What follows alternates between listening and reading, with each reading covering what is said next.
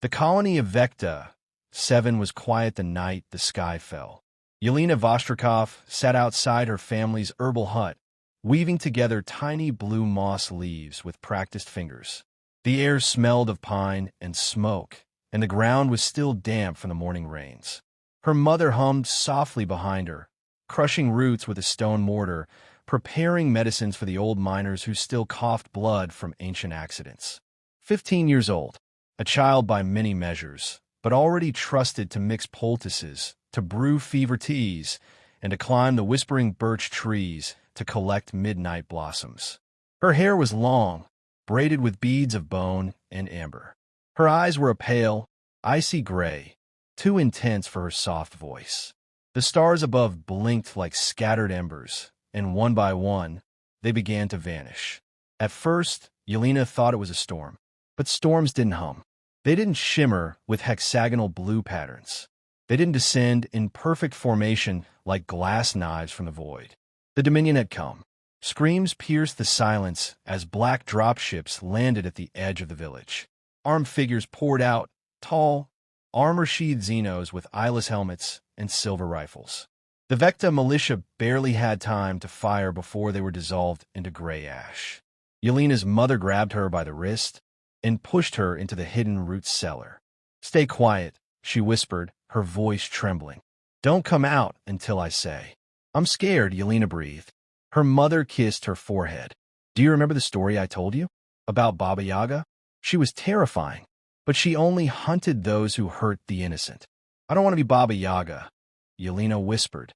"You might not have a choice," her mother replied, then shut the cellar door. Yelena waited in the darkness, surrounded by jars of herbs and the thump of her heartbeat. Minutes passed, then hours. The ground shook. The scent of fire and ozone seeped through the floorboards. And then footsteps. Heavy, metallic, unfamiliar. The trapdoor was ripped open. Light blinded her. A gloved hand reached in. She screamed, tried to kick, but they injected her with something cold, something sharp. Her body seized. Her vision blurred. Above, the village burned. Her mother lay sprawled in front of the hut, her eyes wide, her hand outstretched toward the cellar. The Dominion soldiers did not glance back as they hauled Yelena toward their ship. She awoke in a glass cage. White lights, stainless walls, the sterile tang of chemicals. She wasn't alone. Around her were dozens of children, each inside their own transparent box, suspended like insects in display cases. Alien voices echoed overhead, emotionless, clinical. Subject 43, high neural resonance. Psionic potential above 90th percentile. Hybridization candidate confirmed. Begin induction protocol. Yelena couldn't scream. Her throat was numb. She could only cry as the machines descended. The days blurred. Injections, scans, pain, dreams that weren't hers. They altered her blood, rewrote her cells, spoke to her through images and pulses instead of words. She saw things, forests with teeth, houses that walked on giant bird legs, a skull with glowing red eyes. Was it a hallucination, a warning, or something awakening? One night, while drifting between consciousness and sleep, she whispered to herself, "Baba Yaga." The cameras flickered. Weeks passed. Children began to vanish, removed from their cages and never returned. Some were taken screaming, others silent. Yelena learned not to cry, learned not to ask, but she watched. She learned the rhythms of the guards, the moments when the lights dimmed. She began to speak to the systems, not out loud, but with her mind. At first, it was instinct. Then it became control. And one night, it responded. A single light above her bed flared red. Her heart pounded. The wall across the room shimmered. And then, one of the alien scientists walked in to examine her. He bent close to her cage, tapping on the glass. Yelena's lips moved soundlessly. His eyes bulged. He screamed. Blood poured from his ears. His body convulsed. His mind unraveled. The lights died. Sirens wailed. Yelena sat up slowly, her eyes glowing faint red in the emergency lighting. For the first time since Vecta 7, she smiled. The voice in her head, deep and ancient, whispered just one thing. They should not have touched the child. Yelena was no longer a girl. They had made sure of that. Days blurred into months aboard the Dominion's floating laboratory, the Virex Crucible. Deep in the uncharted reaches of alien space, she existed in a sealed chamber, watched by 100 eyes, tended by machines that studied every breath, every neuron flare. They called her Specimen 43 Aleph now. She had stopped correcting them. After the incident, when she had shattered the mind of a lead researcher without lifting a finger, they doubled her containment. Layers of psychic dampening walls encased her cell. But it didn't matter. The walls kept her body still, not her mind. She had discovered the forest. At first, it came in dreams. A crooked place with trees made of bone and leaves that whispered in lost languages. A hut stood at its center, teetering on massive bird-like legs. It turned to face her whenever she approached. Sometimes the door opened. Sometimes it didn't. The Dominion called it a cognitive hallucination, a side effect of experimental splicing. But Yelena knew better. It was hers. Her mind had created it, maybe as a shield, maybe as a womb, but it grew more real each time she entered. And lately, she didn't just dream it. She could feel it. When she opened her eyes, bark-like patterns curled across her palms. Her breath smelled faintly of birch smoke. Then came the upgrades. The aliens believed her psychic potential could be enhanced by blending her genome with traits from other species, some extinct, others forbidden by galactic law. One injection burned like liquid fire. Another caused her bones to fracture and realign. She screamed, sometimes for hours. Other times, the pain would simply blink out, as if reality skipped a beat. She died 3 times. She came back stronger each time. Her fingernails hardened into dark talons. Her hair thickened, turning wild and root-colored. Her pupils became slits. But the most frightening change was inside. She began to know things. What a person feared just by hearing their footsteps. How to hold doors open. How to speak without a mouth. And how to listen, not to the aliens, but to the space between their words. One night, she waited. The lab lights dimmed into the blue haze of sleep cycle. Only one caretaker remained. A 4-armed Xeno covered in bone plating, muttering to itself as it calibrated instruments. Yelena stood in her cell, calm, unblinking. With a thought, she peeled the door open, not physically but mentally, like pulling thread from a tapestry. It came apart like paper. The alien turned too late. Her footsteps were silent. Her fingers brushed his temples. His body froze as his mind exploded inward. He collapsed like a puppet with its strings burned. Yelena inhaled deeply. The facility's lights began to flicker, but not from failure, from fear. Systems recoiled from her presence. She could feel them shuddering. She spoke to them, not in commands, but in invitations. "Come with me," she whispered. "Let's make something new." The ship answered. The metal groaned and shifted, obeying her will. Bulkheads warped into tree bark. Cables became roots. The sterile white corridors twisted into winding forest paths. Cameras blinked once, then turned into blackened eyes carved into skulls. She walked barefoot through it all, calm, resolute, unstoppable. A message blared through the intercom in a dozen alien dialects. Containment breach. Level 10 alert. Subject 43 Aleph loose. Execute kill order. But there was no containment now. Yelena reached the command bridge. A cluster of Dominion tacticians turned to her, weapons raised. She didn't even flinch. She opened her mind, and her forest bloomed into the world. A storm of shadows and shrieking winds tore through the room. Each alien dropped, twitching, eyes rolled back. For them, it wasn't death. It was exile into her psychic realm. Their minds wandered now in endless woods, hearing footsteps that never approached. Hours later, the Virex Crucible drifted through space, twisted and gnarled. It no longer resembled a Dominion vessel. It resembled a hut, massive, biomechanical, hunched over like it might stand up and walk. And in its center sat Yelena, cloaked in shadows and smoke, a skull-faced mask resting beside her, carved from the bones of her captors. She had a new name now, Not one given by the Dominion. Not the one her mother whispered in bedtime stories. It was the one the walls of the universe murmured when she passed. Baba Yaga, the first Dominion ship, vanished in the Silix Belt, a patrol corvette with 40 soldiers on board. Its last transmission was static, interrupted by a high-pitched screech and the image of a tree growing inside the command deck. The second ship, a supply freighter, was found adrift near a shattered moon. The hull had ruptured inward, as if something had torn its way in through dimensions rather than matter. The interior was a forest of bones. The Dominion broadcasted the footage for internal study, then classified it under myth-class threat. By the time the fifth ship went missing, rumors spread, even among Dominion Command. She walks in the dark between stars. Her ship is alive. She does not kill. She devours. The humans knew her by another name, spoken in hushed tones across rebel frequencies. Baba Yaga. Yelena had no home now. Her ship, once the Virex Crucible, had become something else, something grown from her will, her memory, her pain. It walked across space on invisible legs, folding through the void like a specter. Inside, reality bent around her. When she closed her eyes, her forest realm stretched beyond the walls, twisting vines of psionic projection that whispered to distant minds. She could reach into dreams, call shadows to life. And she had a mission. She hunted Dominion child processing centers.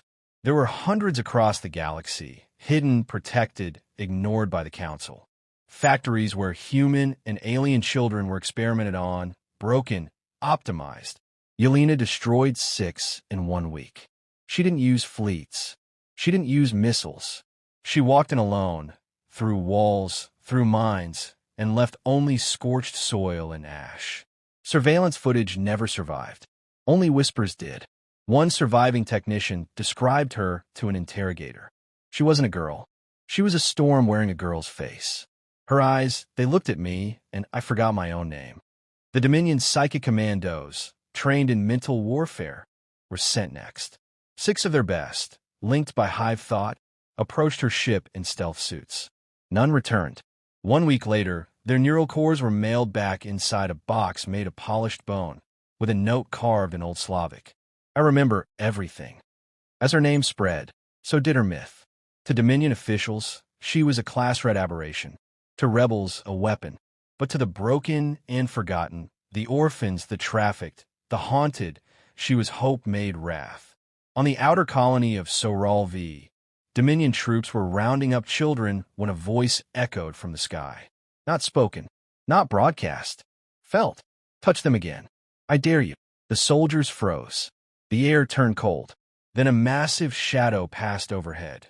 The silhouette of her walking ship, legs curled beneath its hull, glowing red eyes in the cockpit like a beast awakening. She didn't even land. The soldiers began shooting each other. Some fell to their knees, whispering her name like prayer. When the villagers emerged, every child was untouched. The Dominion unit was gone. Only a single skull nailed to a tree remained. One rebel fleet finally reached out to her. Captain Mirahan, a former Earth diplomat, attempted contact near the Nabai system. To her shock, Yelena appeared aboard their bridge without notice. No alarm, no entry. She was barefoot, cloaked in a shroud of black feathers and smoke. Her hair flowed like a living stream of night, and her eyes burned like lanterns beneath the sea. Han bowed carefully. We want to fight the Dominion. We could use you. Yelena tilted her head. I'm not here to fight your war, she said, her voice distant, layered. I don't bleed for nations or banners. Han straightened. Then why? Yelena walked past her, gazing at a holographic star map. Because they touched the children, she whispered. Because no one else remembered them. Then she vanished, leaving behind a silver doll made of ash. In the Dominion High Council, panic grew. They issued a galactic-level bounty. They sanctioned the development of anti-psionic weaponry. But deep down they knew this was not a fugitive. She was a force, a myth made real, a girl reforged by fire, grown into a specter that walked between dimensions. They had taken a child once. Now, she was taking the galaxy back, one haunted step at a time. And everywhere she passed, the same warning followed. She is coming. Baba Yaga walks. The Dominion High Citadel floated above the scorched planet of Kerosene, a fortress of obsidian and chrome carved from an asteroid and fused with living tech. Inside its war chambers, admirals and governors argued over the same question. How do you kill a ghost? They had tried everything: drone fleets, antimatter nets, psionic nullifiers. Nothing worked. She didn't move like a ship. She didn't exist like a person. Baba Yaga appeared where she chose. And now, she had come for them. They didn't see her ship arrive. There was no warning, no warp signature, just the sudden stillness in the air, like the breath before a scream. Then, the citadel sky turned gray. Not cloudy, not stormy. Gray, the color of bone dust and forgotten graves. Alarms wailed. Power flickered. And then a force grew. Out of the metal floors, trees burst. Out of steel walls, roots tangled. Halls twisted like intestines. Command terminals turned to bark. The fortress was no longer a fortress. It was her domain now. The same guards who once tormented children dropped their weapons and clawed at their heads, caught in visions only they could see. Some screamed. Some wept. Some simply dropped. Their minds snapped like twigs. In the throne chamber, the Dominion Archcommanders, 7 in total, stood in a circle, encased in heavy psionic armor. They had trained since birth to control thought and emotion. Their minds were fortified behind layers of alien will. But she stepped through their barrier like smoke. Yelena, Baba Yaga, stood barefoot on living wood, her cloak of feathers rippling without wind. A crown of antlers arched from her head, formed from memory and malice. Her skin shimmered between human and something older. The eldest commander raised his voice, trying to sound brave. "You are a mistake," he hissed. "We created you. We can unmake you." Yelena's voice was soft. "No, you created a victim. I became a consequence." He lunged, his gauntlet charged with anti-psionic energy. Yelena didn't flinch. She looked at him, and time folded. He froze mid-step, mouth open. Around him, the floor cracked into frost. His body aged centuries in seconds. By the time he hit the ground, his armor collapsed in on itself like dry leaves. The others opened fire, streams of light, gravity pulses, psychic knives. Yelena raised one hand. The entire room screamed. Not the people, the room. The stone, the walls, the air. Reality rippled like a lake, and in its reflection, the commanders saw their true selves. Not leaders, but hollow tyrants clinging to a dying empire. She walked forward. One tried to run. He never reached the door. Roots shot up from the floor, wrapping his limbs, pulling him into the wall, where his face remained, screaming silently in the wood. Another dropped to his knees. "Please, I didn't know. I was just a functionary. She touched his forehead. He vanished. No body, no blood, just a pile of child-sized shoes left where he knelt. In minutes, it was done. Only one commander remained. A woman, ancient and brittle-looking, with cybernetic eyes and a spine made of steel cords. She didn't plead, didn't fight. She simply looked at Yelena and said, "I remember you. Vecta, 7, the herbalist's daughter." Yelena nodded. "You ordered the sweep." "I did." They stood in silence. "I won't beg," the woman said. "You shouldn't," Yelena replied. She turned away, and as she walked, the commander's breath caught. Her body began to float, lifted gently by unseen hands. She wasn't being tortured. She wasn't being crushed. She was being carried out of existence into Yelena's forest, where judgment never ended. Later, from orbit, rebel ships entered the system. They found the citadel transformed. It was no longer a fortress. It was a tree, miles high, its trunk thick with bone-white bark and glowing symbols. Faces peered from the wood. Branches stretched into the void, forming a crown around the planet. Inside it, children once lost walked again. Not dead, not harmed, restored, safe. And at its roots, sitting beside a fire, was Baba Yaga. Not a girl, not a monster. A guardian forged by sorrow, now the galaxy's most feared and needed protector. The rebels hailed her ship.